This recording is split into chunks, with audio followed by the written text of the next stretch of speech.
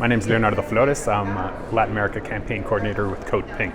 So there was a group of 7 of us here doing electoral observation. We were deployed to, I think, in total maybe about 15 voter precincts, and really we didn't see any major irregularities. I would say the vote was carried out freely and fairly in terms of the voting itself and the vote count. And what we saw at the end of the day was a 5-point victory for Guillermo Lasso, a right-wing neoliberal banker, over Andrés Arauz, a progressive candidate. And we also saw roughly 1.7 million people decide to either vote blank or to spoil their ballot. So I think that was an important factor in this election, given that Lasso only won by about 400,000 votes. To me, it's very clear that there was an uneven playing field here in Ecuador. I'll go into that in a bit, but also there were, the CNE didn't play fair, especially before the first round of the elections. This was the second round of the elections. And when I say that the CNE didn't play fair is that, you had Arauz's political party was actually banned from running. It was Alianza País. And they tried to form a new political party and they were refused that option. So eventually they found a small party that basically let them borrow the party as a vehicle for Andrés Arauz to be able to run. On top of that, you had a candidate banned. You had Rafael Correa, the former president. He was banned from running as vice president. And his image was banned from being used by the Arauz campaign. But not only that, they didn't actually ban his image from being used in a negative way by other campaigns. So it was very kind of one-sided. On top of that, Andrés Arauz was only able to register as a candidate in December. So you had other campaigns had a 4 or 5 months head start. And then you had the role of the media, which is very clearly, corporate media dominates here in Ecuador, and they were very clearly in the Lasso camp. We had a dirty campaign on the part of Lasso, spreading fake news everywhere. Initially, one of the big things in terms of fake news was they claimed that Andrés Arauz was going to de-dollarize the economy. Ecuador's economy has been dollarized for almost 20 years now, maybe a little over 20 years. And there's kind of widespread consensus that, there are pros and cons to dollarization, but it's clear that dollarization has stabilized Ecuador's economy. And Andrés Arauz knows this, he studies this, and he's an expert on this, and he never, ever suggested that he would de-dollarize. We also saw a campaign, electoral interference really from Colombia, when they disseminated this video of supposed guerrillas from the ELN, the National Liberation Army, a guerrilla group, an insurgent leftist group that's been operating in Colombia for decades now, in which they claim that the ELN had been financing the Arauz campaign. This video was debunked immediately by an ornithologist of all people, who noted that the video couldn't have been recorded in Colombia because it was a bird that was only on kind of the southern border of Ecuador. I think a victory by Arauz would have really strengthened the region's attempts at regional integration. During the so-called Pink Tide, which was this period in the early 2000s, you had when progressive government after progressive government took power in South America and Latin America as a whole, and the Caribbean as well.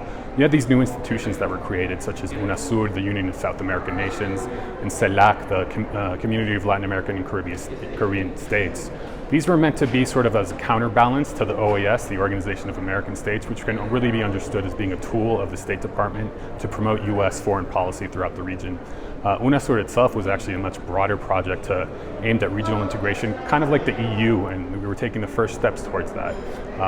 The Moreno government, the current president here in Ecuador, he withdrew Ecuador from both of these organizations, and that really dealt a big blow to the region as a whole. I actually heard a couple of days ago from a former ambassador who said that if UNASUR was as strong now as it had been 5 years ago, the pandemic would have hit South America not nearly as hard as it has, because they would have been able to cooperate, not in terms of buying vaccines together, in terms of coordinating public policies and other things of that nature.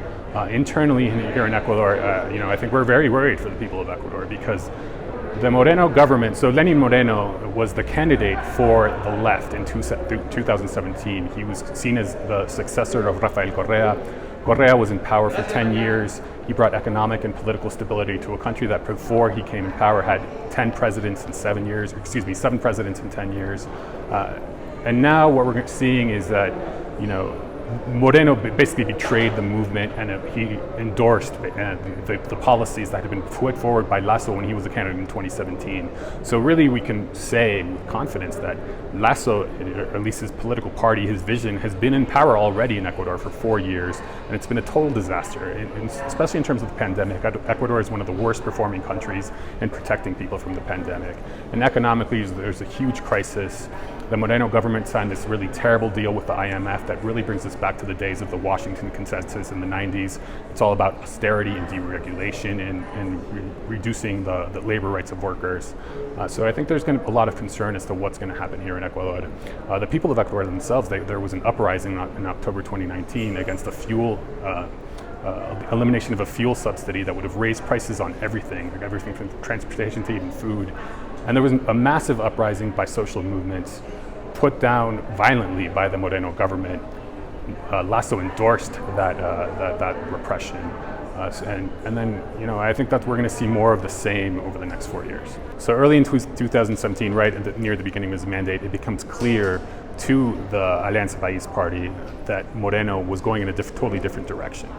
One of the first people to blow the whistle on this was Jorge Glass, the vice president. Right after he blows the whistle, there's a huge campaign of political persecution of Jorge Glass. He's investigated for corruption, he's put in jail, he's still in jail, suffering greatly from what we've heard.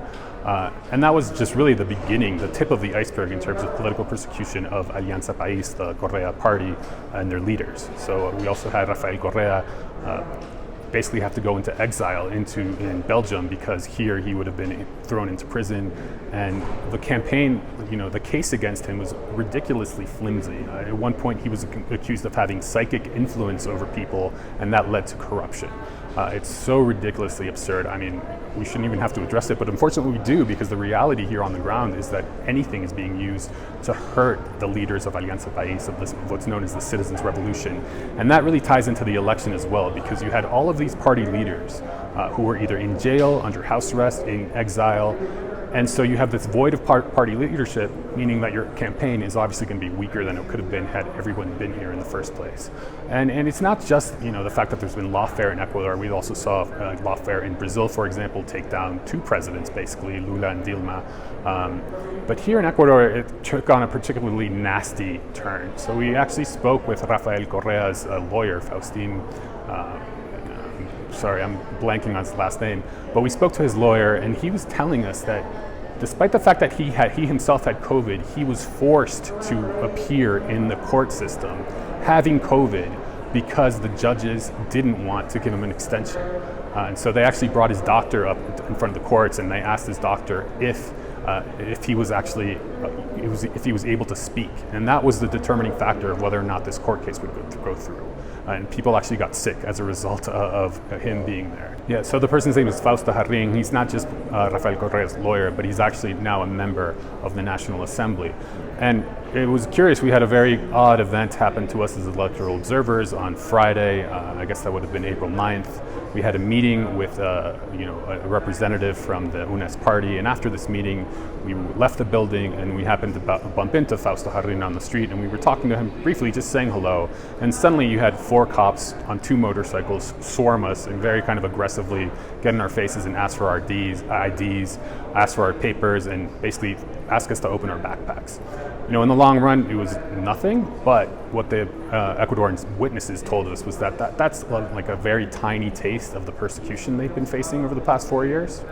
And it's very clear to me that that sort of persecution, the incoming Lasso administration is going to try to do the same thing.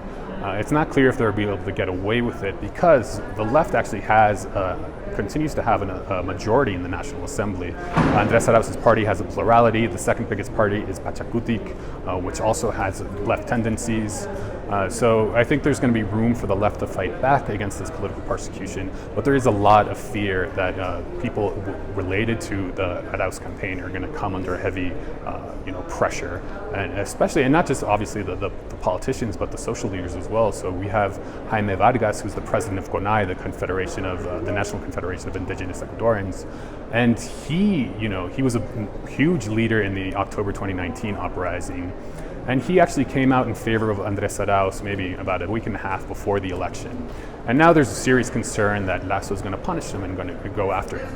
And you know, one of the things that concerns me is living in the United States is, you know, we had the Senate Foreign Relations Committee issue this resolution in late March, basically touting the relationship between Ecuador and the United States. And not only that, but saying that Lenin Moreno had somehow restored democracy in the country, when really Moreno did the exact opposite. He destroyed the country's institutions. He's the one responsible for this, the beginning of this political persecution. And the fact that Moreno and Lasso are so tied, what it says to me is that Lasso is going to have basically a green light to do whatever he wants here in Ecuador, and he's not going to face any sort of repercussions from the United States.